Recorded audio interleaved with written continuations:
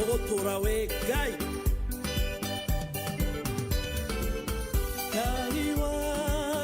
kaiwa kwae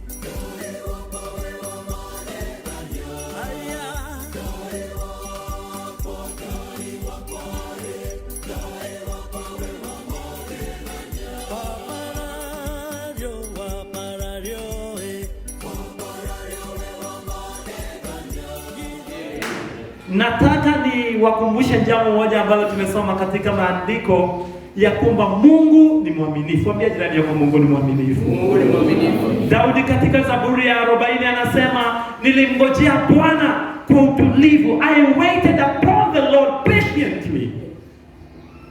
And when I waited upon the Lord, He came. Can you tell your neighbor, God will surely come? God will surely come. Mwambie Mungu lazima atakukujia wewe. Bwana Yesu asifiwe. Haijalishi kila kipindi ambacho atachukua, but God will surely come. Amen. The Lord will surely come because He's a faithful God. Amen. And David says, wakati ambapo nilimngoja Bwana kwa utulivu, Mungu alikuja akabadilisha hali yangu, akabadilisha maisha yangu, akabadilisha wimbo wangu, akabadilisha mwelekeo wangu. God surely came. Amen. Na nasimama hapa kukukumbusha leo ya kwamba haijalishi ile hali ambayo unapitia katika maisha yako, haijalishi ile giza ambayo iko katika maisha yako, haijalishi ule ugumu uko katika maisha, haijalishi imechukua muda mgani, but God will surely come. Amen. Na wakati ambapo Mungu anakuja, hali inabadilika. Amen. Instantly.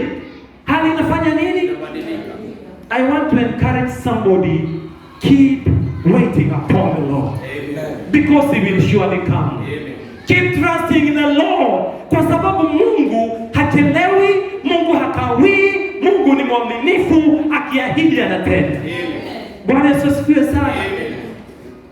Na ninapojua hayo, nikikumbuka kwamba Mungu hadanganyi, nikikumbuka kwamba Mungu hazimii, nikikumbuka kwamba Mungu sio kama mwanadamu, imani yangu katika Kristo inazidi kufanywa upya. Bwana Yesu asifiwe. Na wacha ni encourage mtu mmoja ambaye anapitia katika moto ya kwamba Mungu yuko nawe. Ameahidi kwamba no matter the situation of life that you will be through, He will surely be with you. Amen. I say wait patiently upon the Lord, because He will surely come.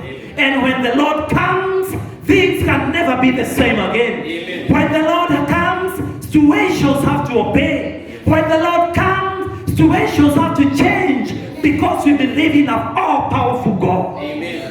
Bwana Yesu asifiwe. Amen. Adhuhuri ya leo tunaongea kuhusu the deeper identity. Mwambie jirani yako the deeper identity. Kuna watu wengi sana ambao wamekubali katika maisha around them. Watu ambao wanakubali kukuwa defined na yale mambo yanapitia katika msimu huo wa maisha.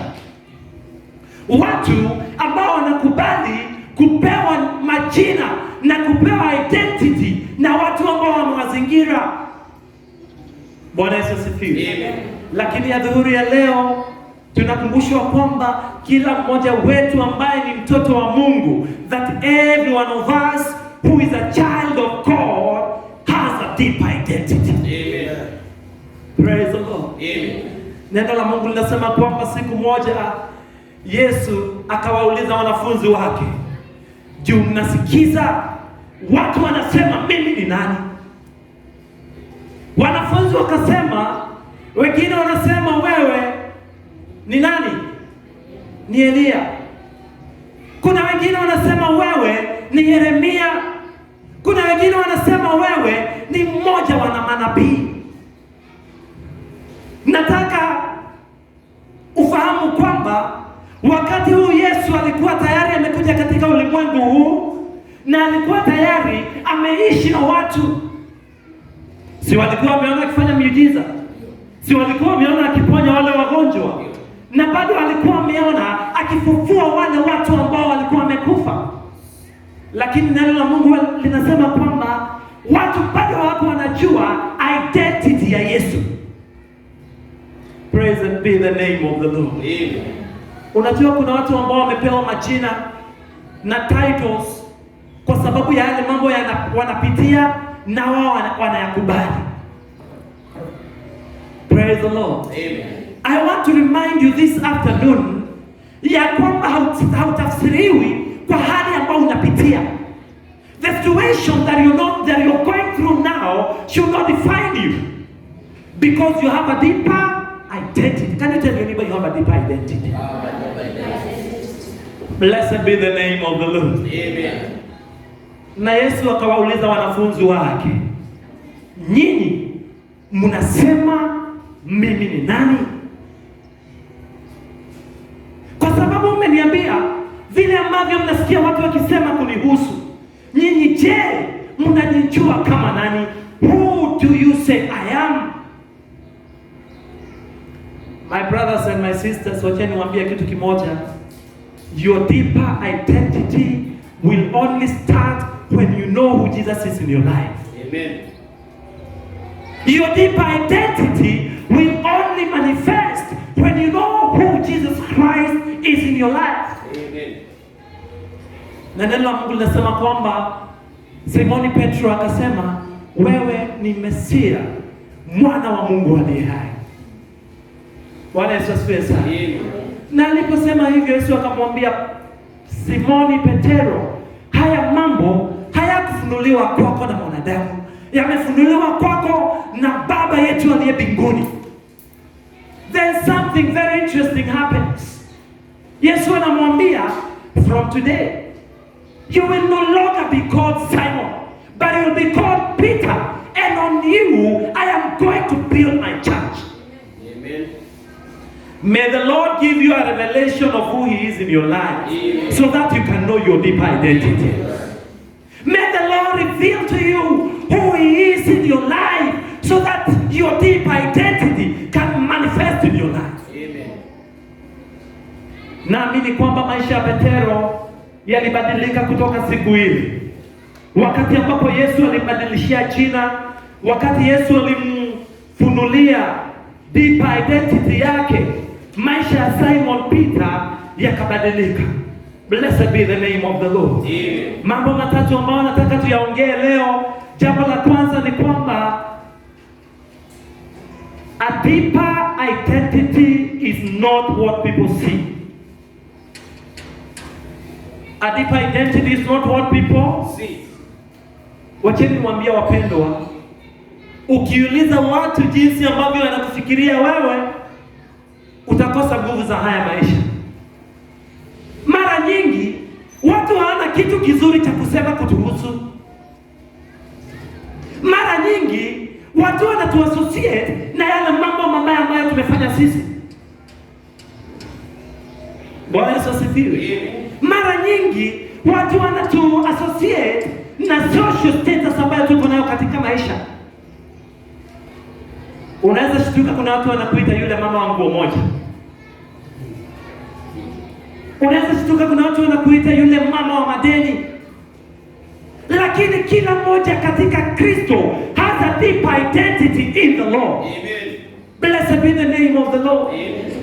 Na ukisoma 2 Corinthians chapter 4 verse 16 to 18, Paulo anasema hata mkituangalia nje tunaweza kaa kama tumechakaa. We might look like you're wasting away from our outside appearance, but inside, tell your neighbor, but inside. Praise the Lord. Amen.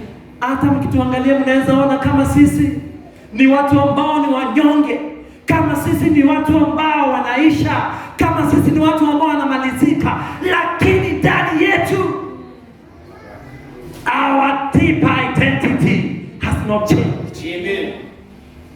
Praise the name of the Lord. Amen.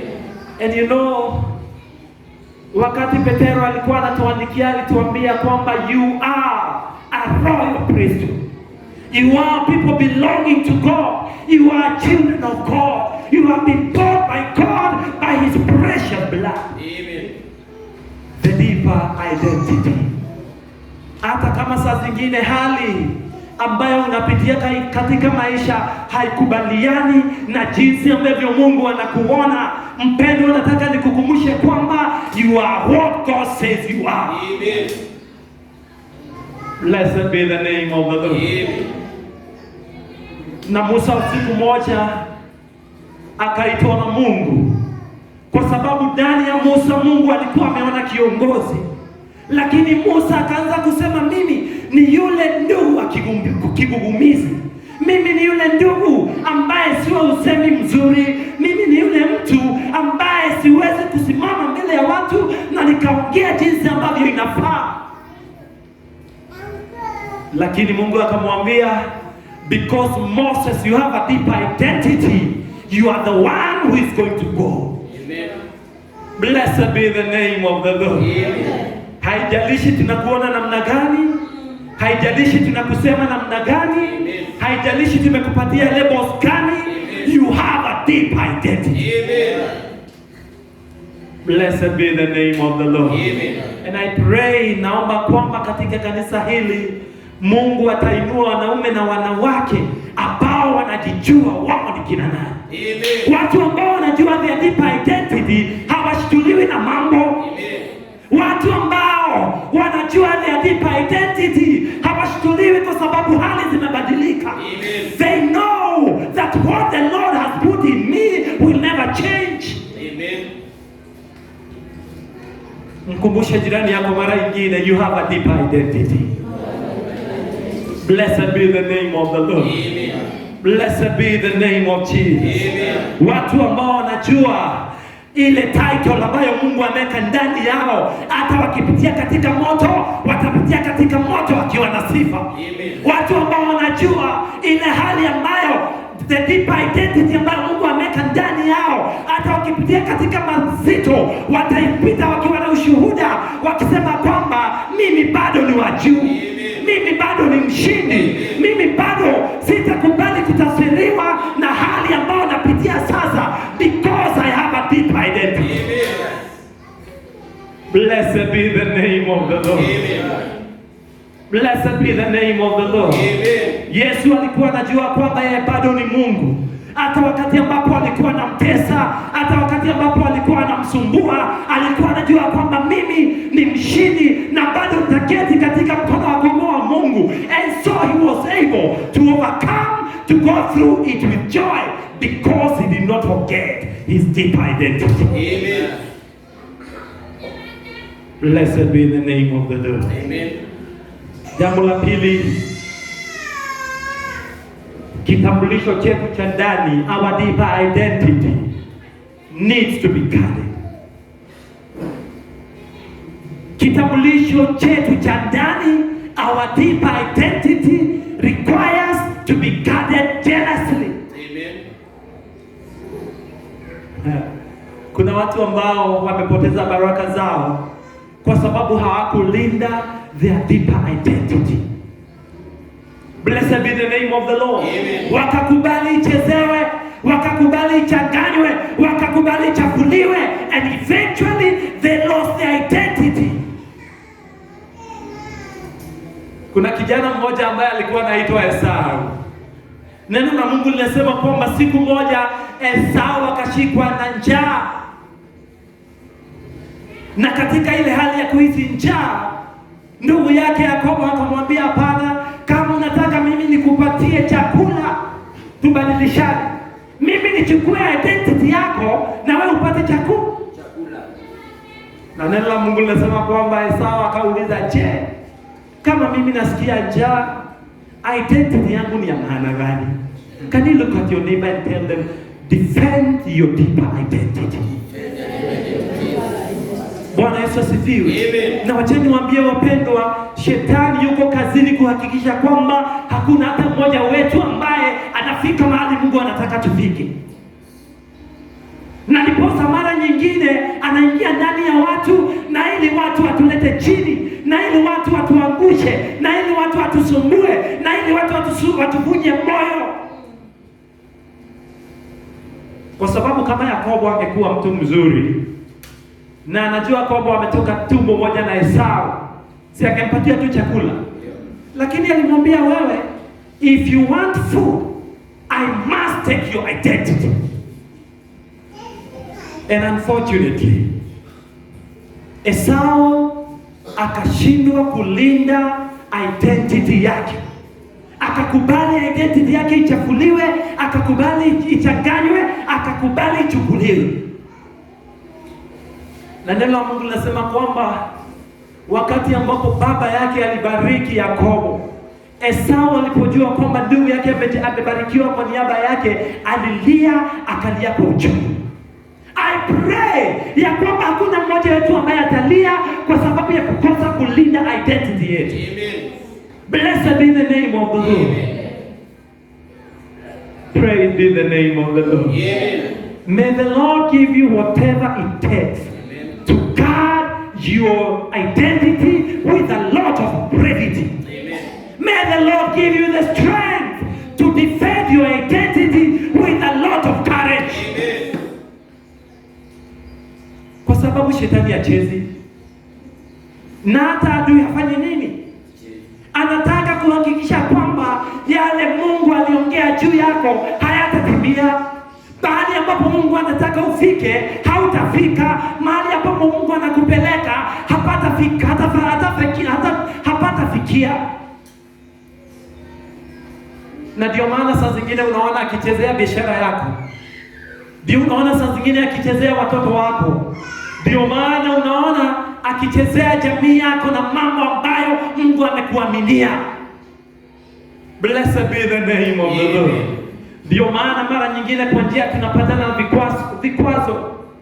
Ndio mara nyingine kwa njia tunateleza na kuanguka. Lakini hata kama uko chini, identity yako haijabadilika.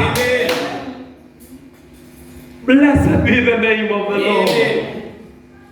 Nabii Yoeli anasema aliye chini wacha aseme mimi niko juu. Ambaye ni masikini wacha aseme mimi ni tajiri. Ambaye ni mgonjwa wacha aseme mimi nimepona. Ambaye ni dhaifu wacha aseme mimi nina nguvu. Because the Lord has given us an identity. Blessed be the name of the Lord. The deep identity. Mimi sijui watu wanasema wewe ni nani, na sijui wewe unasema wewe ni nani. Bwana Yesu asifiwe. Kama hao watu walisema Yesu ni Musa, wengine wakasema ni Yeremia, wengine wakasema ni Elijah, unadhani wanasema wewe ni nani? Blessed be the name of the Lord. Amen. I pray that none of us will allow the devil and people to bring our identity down. Amen.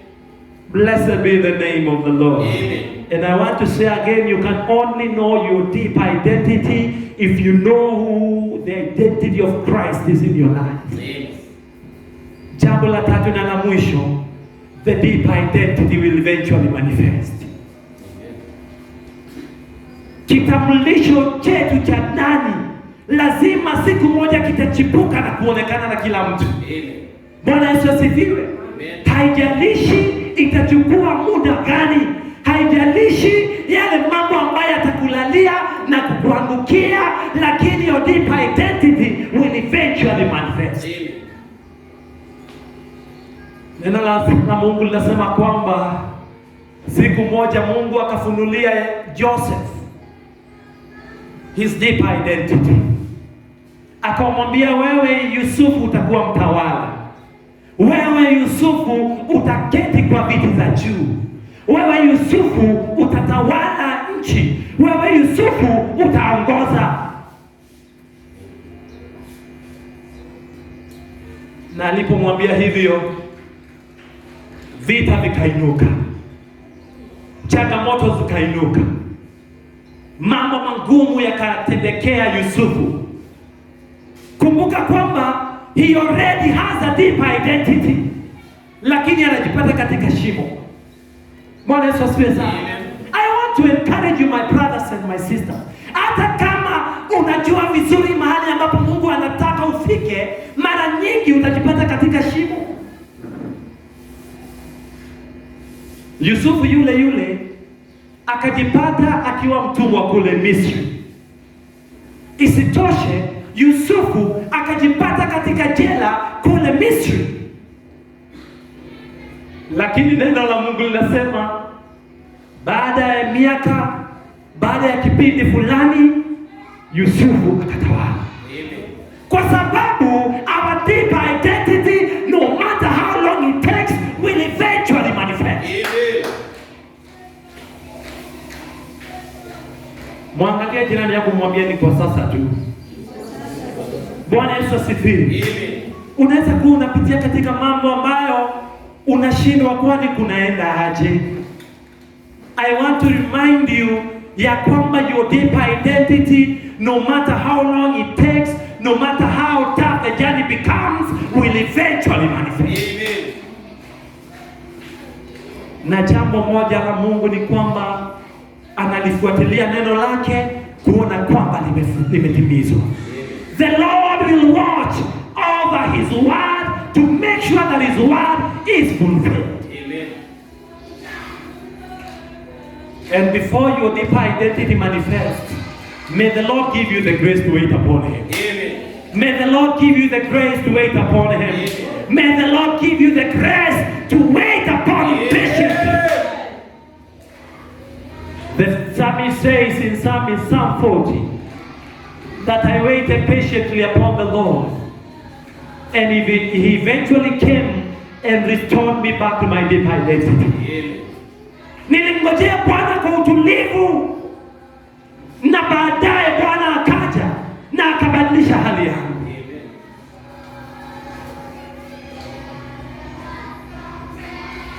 Habakuku 2:3 unasema kwamba andika maono yako kwa herufi kubwa. Write your vision in big letters. Write your identity in big letters. Write your bigger, your deeper identity in big letters, because eventually it will manifest. Amen. Bwana Yesu asifiwe sana. Amen. Naomba kwamba Mungu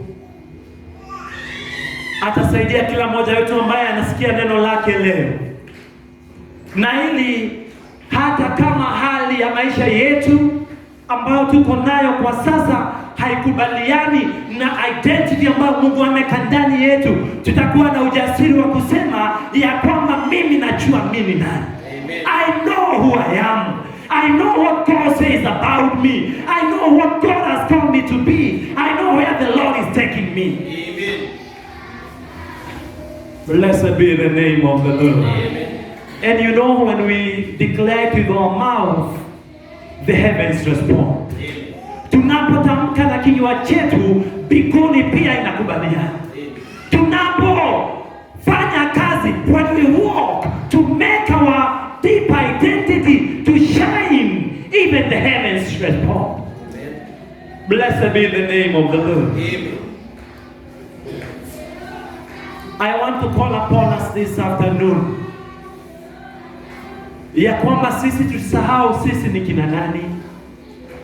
Tusisahau yale Mungu ametuahidia. Tusisahau yale ambayo Mungu ameweka mbele yetu. Tusisahau zile hazina ambazo Mungu amewekeza ndani yetu. No matter what we go through in life, may we never forget our deep identity. Amen. And when we do that, one day, tell your neighbor one day. One day. Tell your neighbor one day. One day. Our identity will manifest. Blessed be the name of the Lord. Amen. Wacheni niwapatie story moja ya mama mmoja alikuwa kwa Biblia anaitwa the Shunammite woman. Huyu mama, neno la Mungu linasema kwamba kwa miaka mingi hakuwa na mtoto. Na siku moja Mungu akaja akambadilishia title. Akambadilishia nini? Identity yake ikabadilika. Na neno la Mungu linasema baada ya miaka kidogo yule mtoto akafariki. Blessed be the name of the Lord. Lakini mama alikataa, akasema mimi, my identity still remains to be a mother. Na wakati ambapo mtoto alikufa, huyu mama alienda kumtafuta mtu wa Mungu ambaye alikuwa anaitwa Elisha. I want to show you how faith can quicken our deep identity. Huyu mama alipokuwa anatembea kuenda kumuona mtumishi wa Mungu, kumbuka kwamba akitoka nyumbani alihakikisha kwamba mtoto wake ni maiti. Lakini kila mtu alipokuwa anakutana naye na anamuuliza are you okay, alikuwa anasema it is well. What this woman was saying, she was saying my identity has not changed. Na neno la Mungu linasema kwamba by the end of that day she was called the mother to that living boy again. Blessed be the name of the Lord. And may the Lord help us. Mungu atusaidie kama kanisa. Mungu atusaidie kama jamii na hata kama nchi. Tusije tukasahau sisi ni akina nani. Tusije tukasahau our deep identity. Tusije tukasahau ya kwamba maneno yetu tunayotamka na vinywa vyetu yanafaa kukubaliana na jinsi Mungu anatuona. Na labda shida yako ni mdomo yako, labda shida yako ni ulimi wako. Mungu amekupa watoto na amewaahidia makubwa. Mungu amekupa biashara na amekuahidia makubwa, lakini wewe unapotamka maneno unatamka maneno ya kujifunga. Hebu ambia jirani yako jifungue. Bwana Yesu asifiwe. A person who knows their deep identity will stick to that no matter the situation. Mimi nakataa kuamini yale mambo ambayo watu wanasema juu yangu. Nakataa kukubaliana na wimbo ambao watu wanaimba juu yangu. Nakataa kukubaliana na ule unabii watu ambao wanatoa juu yangu ambao hautoki kwa Mungu. Blessed be the name of the Lord. Because I know my deep identity. Hata niwe kwa shimo, I know my deep identity. Hata niwekwe kwa moto, I know my deep identity. Hata niwekwe katika shimo la simba, I know my deeper identity. Blessed be the name of the Lord. And as we pray this afternoon, I want you to call yourself by the name that God calls you.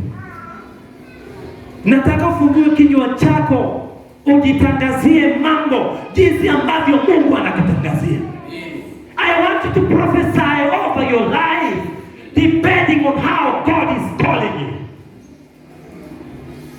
Neno la Mungu linasema kwamba you shall declare a thing and it shall be established. Utatangaza jambo na kinywa chako na hilo jambo litatendeka.